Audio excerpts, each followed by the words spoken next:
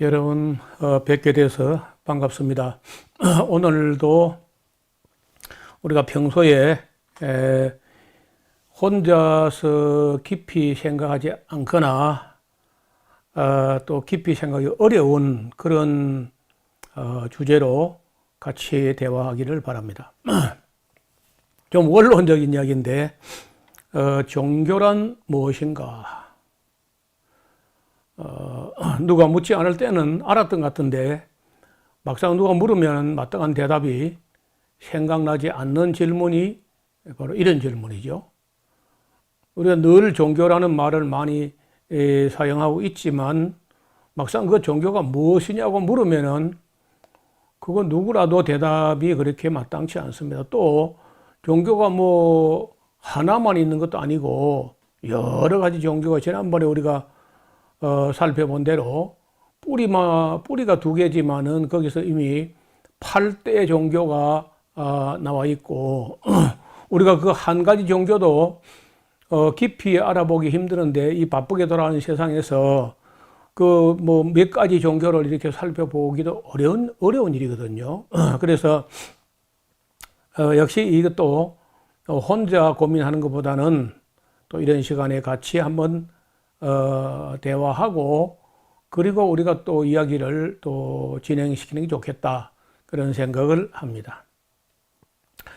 여기 이 그림들은 다 그 종교를 나타내는 심벌 혹은 엠블렘이라고도 할 수 있겠는데 이렇게 뭐 8대 종교만 있는 게 아니고 거기서 파생된 종교가 또 여러 종교가 있기 때문에 이렇게 복잡합니다.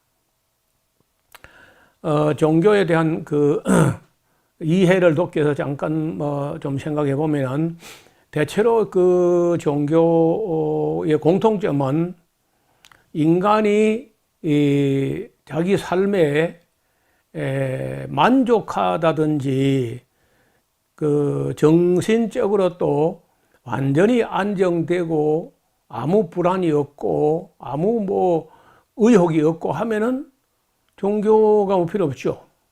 그런데 그렇지 않다는 겁니다. 사람들이 밥만 먹고 뭐 배부르고 옷 따뜻하게 입고 좋은 집에 산다고 이게 그 만족하게 되는 게 아니야. 그래서 이제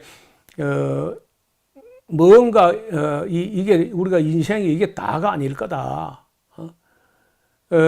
하면서 그 영적인 존재 혹은 초월적인 존재, 이 초월적이다 할 때 슈퍼내추럴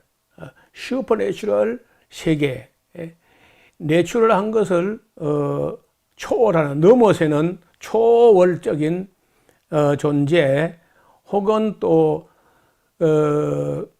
스피리추얼 엘레먼트, 이 영적인 어떤 존재 이런 그 세계에 그 우리가 가시적 세계 다시 말하면 눈으로 보고 뭐 만져지고 하는 이런 물질 세계를 넘어서 그 보이지 않는 어떤 세계에 그리고 또 영원한 세계 이런 세계에 대해서 끊임없이 희구하고 또 추구하고 한다는 거예요. 이런 사람들이 신앙과 함께 그 신앙 공동체를 가지고 어떤 신앙 체계나 또 어떤 문화적 체계 이런 것을 그 형성해 갑니다. 그 종교인들은 대개 초월적인 대상, 즉 인간보다 조금 나은 존재가 아니고 인간과는 비교할 수 없는 완전한 존재, 초월적인 존재, 지고지선한 존재, 무한한 권능을 가진 존재, 어떤 인간보다 훨씬 더 그 차원을 달리할 정도로 위대한 어떤 그런 존재에 대한 그 동경이 있다는 거예요. 그런 세계에 대한 궁극적인 진실이 뭐냐? 그리고 또 그러한 존재를 인식한다면은 도덕적으로 어떤 삶을 살아가야 하는가? 이런 그 진리, 교리, 윤리를 추구합니다. 그래서 종교는 인간과 관련된 존재의 우주적 질서, 모든 것을 다 찾아보려고 하는 그런 제반 가르침을 다 통틀어서 종교라 이렇게 이제 하는데, 그래도 어렵죠. 그 말도 이제 쉬운 말이 아닌 거예요. 예, 종교라는 말을 순수한 우리말은 없고요. 우리나라 사람들이 따로 우리말로 다듬기 전에 외국에서 종교가 들어와 가지고 우리가 거기다 그저 흡수되었기 때문에 우리말로서 순수한 우리말로서 어떤 종교라는 말은 글쎄요, 제가 볼 때 없는 것 같아요.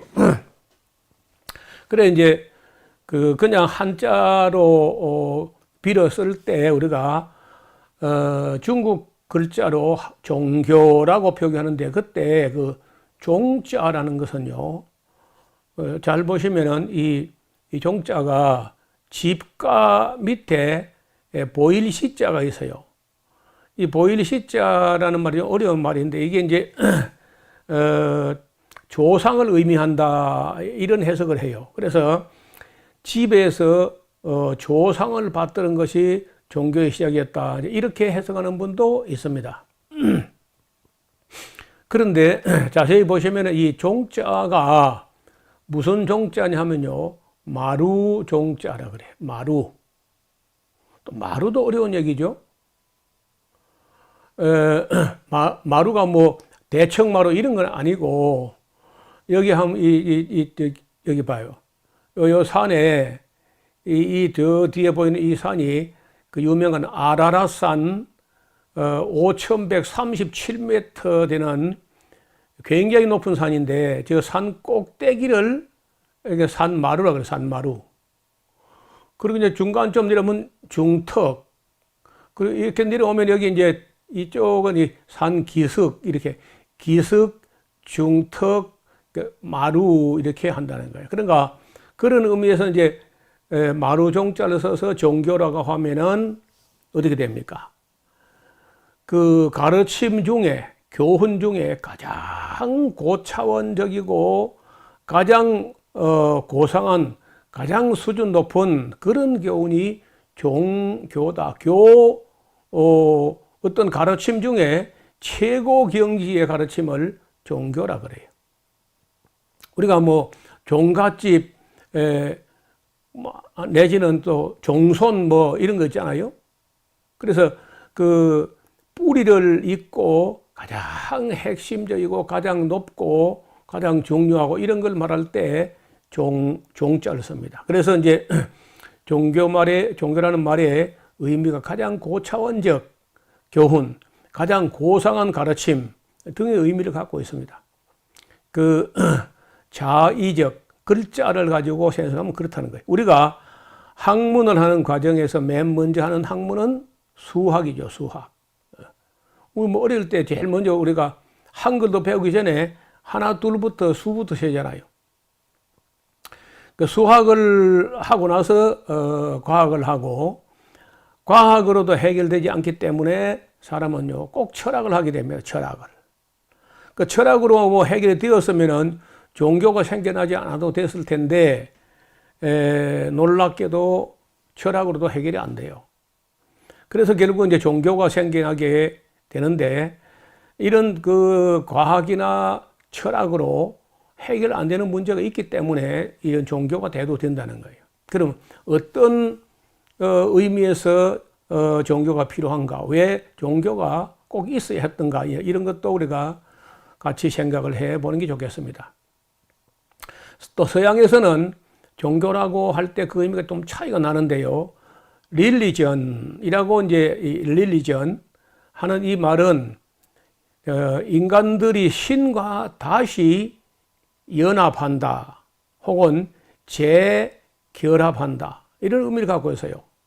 그러니까 원래는 이 하나님 신이라는 그 존재와 우리 인간도 함께 벗어기지 않고 연합되어 있던 건데, 이게 좀 간격, 갭이 생기고 거리가 생기고 벽이 생겨 있었는데, 이걸 다시 이 모든 벽을 허물고 그 간격을 건너뛰어서 어떻게 하든지 그 신과, 즉 하나님과 재결합 혹은 재연합을 의미한다. 이렇게 생각해요. 그래서 우리나라에서도 보면요, 그 옛날에 그 무당이 이제 우리 무교, 다시 말하면 샤머니즘이 시베리아를 통해서 우리가 한반도까지 들어왔는데, 그 무당이라는 무자를 보면은 이렇게 하늘을 이렇게 쭉 긋고요, 밑에 이렇게 땅을 또 이렇게 가로로 끄요.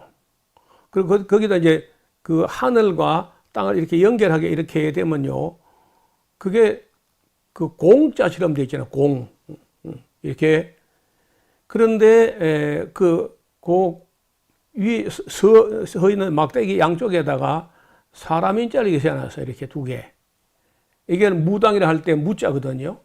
그 무당이 뭐냐면 그 땅에 있는 인간들과 하늘에 있는 신과를 연결한다는 그런 그림 문자, 상형 문자로만 뭐 혹은 또 뭐 지사 문자 이렇게 될 수 있겠는데, 어떤 무당이라는 것도 따지고 보면은 신의 세계, 하늘의 세계와 땅의 인간들의 세계를 연결한다, 뭐 이런 의미를 갖고 있었던 것 같습니다.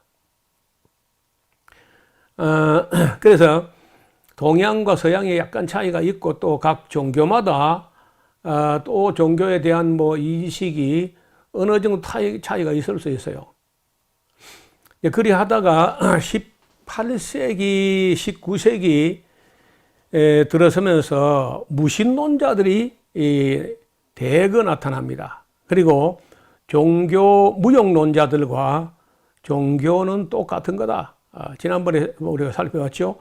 종교 무차별론자, 이런들이 어디서 나오겠느냐. 과학이 조금 발달하니까 뭘 알게 되냐면요, 이 벼락이나 아니면 천둥 소리, 이런 게 뭐 그 하나님이 신이 진노해서 그런 게 아니고, 그 땅에 있는 전기와 공중에 있는 전기가 이게 스파크가 나면서 일어나는 거다. 이런 식으로 이제 모든 것은 과학이 다 설명할 수 있다. 그 과학이 다 설명할 수 있으면은 뭐 종교는 필요 없는 거죠. 그리고 모든 것은 그냥 자연 현상인데 인간의 이해가 부족한 것이었을 뿐이다 하면서 굉장히 빠르게 무신론자가 나타납니다. 그래서 18세기, 19세기 소위 말하는 자유주의라고 하는 것이 등장하면서 교회 안에도 그런 자유주의 바람이 불어오고 신학 안에도 그런 바람이 불어오고 하면서 무신론자가 거의 폭발적으로 나타나요. 그들은 말하기를 20세기가 끝나기 전에 그 종교 같은 거는 미신이니까 사라지게 될 것이다. 미신이 뭐 세련돼 가지고 종교지, 그런 초월적인 존재고 뭐 신이고 이런 거 없는 거야. 다 물질에 불과해 해가지고 유물론이 나오고 무신론이 나오고 유물론이 나오고 뭐 진화론까지 또 나와서 가세하니까 그 다음부터는 뭐 종교는 필요 없다, 이렇게 생각을 했습니다. 그리고 이제 20세기를 넘어서도 종교는 없어지지 않았고, 지금 21세기 들어서서 20년이 지났는데 지구상에 무슨 없어진 종교가 있나요? 제가 볼 때는 글쎄요, 20세기, 21세기 들어서면서 사라진 종교가 있냐고, 사라진 철학은 있어도 사라진 종교는 없는 것 같습니다. 그럼 왜 이렇게 사람들은 종교에 대한 어떤 미련을 버리지 못하고 끝까지 종교를 붙잡고 있느냐, 그 이야기를 조금 해야 되겠어요. 자, 21세기를 살면서 종교가 필요한가 하고 질문하는 분들에게 이제 몇 말씀을 드립니다. 자, 첫째, 과학과 철학으로 해결되지 않는 문제가 많아요. 첫째, 과학으로요, 우주와 만물의 기원을 알 수가 없습니다. 뭐 빅뱅 데어리 같은 건 말도 안 되는 소리입니다. 그 초등학문. 이거 봐요. 만물이 만물의 그 우주적 법칙 중에 모든 폭발은 질서를 무질서로 만듭니다. 있던 질서를 무질서로 만들지. 아시는 대로 우리가 말하는 이 우주란 말을 코스모스라고 해요. 헬라어로. 코스모스란 말이 질서란 질서. 얼마나 질서가 있고 얼마나 법칙이 맞아 떨어지는지 우리가 고급 시계를 차고 있어도 몇 년마다 한 번씩은요, 그 태양시계에 맞춰야 됩니다. 그래서 이 정밀무비한 그리고 광대무변한 이 우주와 만물의 기원을 과학은 절대 설명하지 못해요. 그걸 하면 할 때마다 거짓말하거나 헛소리합니다. 두 번째, 과학으로 인간의 기원을 설명 못합니다. 과학 중에 특히 이제 생물학이 있는데, 여러분 지구상에 있는 생물학자가 다 동원돼도 이 참깨, 참깨를 가져오지 못했는데 참깨가 볼펜 머리보다 볼펜 머리보다 좀 크겠죠. 지구상에는 모든 과학자, 생물학자가 다 동원돼도 그 참깨 안에 있는 성분을 요구하는 데 다 제공할 테니까 그 성분을 모아가지고 심어서 새싹이 나는 참깨 하나를 만들어 봐라. 만들 수 있을까요? 제가 볼 때 만들지 못합니다. 우리가 생물학자들이 생물학을 한다고 하지만은 생물이 뭐냐? 생명하고 물질이 결합되어 가지고 생물이 되는 거예요. 물질만 있으면 생물이 아니죠. 그냥 물질이지. 거기 생명이 들어가야 생물이 되는데, 물질 부분에 대해서는 그런 뭐 학자들이 분석을 해가지고 어느 정도 성분 분석을 해요. 그런데 거기 물질에 내포되어 있던 그 생명은 어디서 온 거예요? 거기에 대해서는 과학이나 철학이 입도 뻥긋하지 못해요. 어디서 왔던, 생명이 어디서 왔다는 거예요? 인간의 기원을 절대 설명하지 못해요. 그 다음에 과학으로 사람이 자기 사명이 뭔지 모릅니다. 내가 무슨 일을 하기 위해서 이 땅에 왔는지 모른다는 거예요. 아무리 과학을 연구하고 발달시켜도 과학을 가지고 정직한 사람, 착한 사람, 선한 사람, 성실한 사람, 충성된 사람 절대 만들지 못해요. 그거는 과학의 한계를 벗어 훨씬 넘어서는 문제이기 때문에 과학이 모든 걸 할 수 있는 게 아닙니다. 그 다음에 철학으로 아직까지 사람의 본분을 아무도 어떤 철학자도 말하지 못했어요. 그 다음에 철학이나 과학을 가지고 사람의 사후 세계, 죽음 그 너머에 어떤 세계가 있는지 과학도 안 되고 철학도 지금까지 찾지 못했어요. 그 다음에 과학이나 철학을 가지고 아무리 노력을 해도 악의 문제를 해결하지 못합니다. 오히려 이 악한 자들이 과학까지 이용해가지고 약한 자를 갈취하고 어렵게 하고 하지, 그 과학이나 철학이 악을 어떻게 해결할 수 있느냐? 절대 못해요. 과학을 가지고 인격을 완성할 수 없어요. 지성, 감정, 의지가 잘 조화돼서 어떤 분처럼 뭐 공자님처럼 70이 됐더니 마음 내키는 대로 행동을 해도 법도를 어긋남이 없었다. 그런 인격 완성을 과학이나 철학이 할 수 있느냐? 한 사람도 아직 안 돼서 그렇게. 그 다음에 철학이나 과학을 가지고 사람 마음 깊은 곳에 있는 이 죄의식을 해소하지 못합니다. 그리고 모든 사람이 피하려고 하는 가장 큰 원수, 가장 큰 우리 대적이 죽음이죠, 죽음. 여러분, 제일 겁내는 게 죽음 아닌가요? 아니, 뭐, 의학을 하거나 약학을 하거나 식품 영양을 하거나 다 좀 안 죽어보려고 좀 더 길게, 영생은 못해도 좀 길게라도 살아보려고 그렇게 애쓰는 거 아니야. 근데, 아직도 그 많은 과학이나 그 많은 철학이 다 동원됐지만은 거기서 거기입니다. 모세는 120살을 살아도 정신도 흐리지 않았고 눈도 흐리지 않았다는데 지금 뭐 우리가 잘해야 120살 글쎄 좀 어렵지 않은가요? 그래서 이런 과학이나 철학을 가지고 결코 해결되지 않는 문제가 있기 때문에 우리가 초월적인 존재, 다시 말하면 이 피지컬한 이런 물질 세계를 연구한 사람들 수준이나 타락한 인간 머리에서 나온 그런 뭐 철학 사상이나 이런 걸 가지고는 이 근원적인 문제, 궁극적인 문제, 본질적인 문제 이런 게 도무지 해소가 안 된다.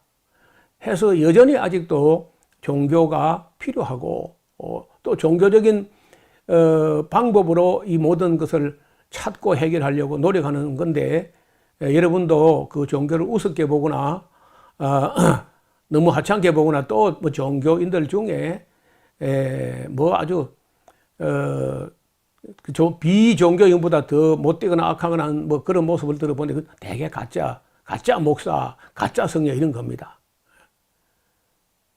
너무 많아 그런 것도 또. 그래서 그 많은 실망을 안고 돌아서고 할 텐데 뭐 어디든지 가짜가 있습니다.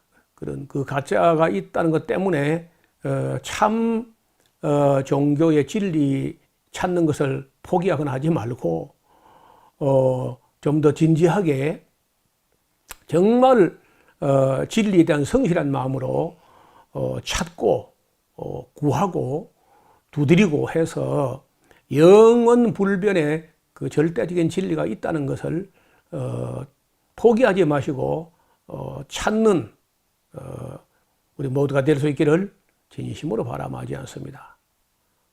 예, 감사합니다.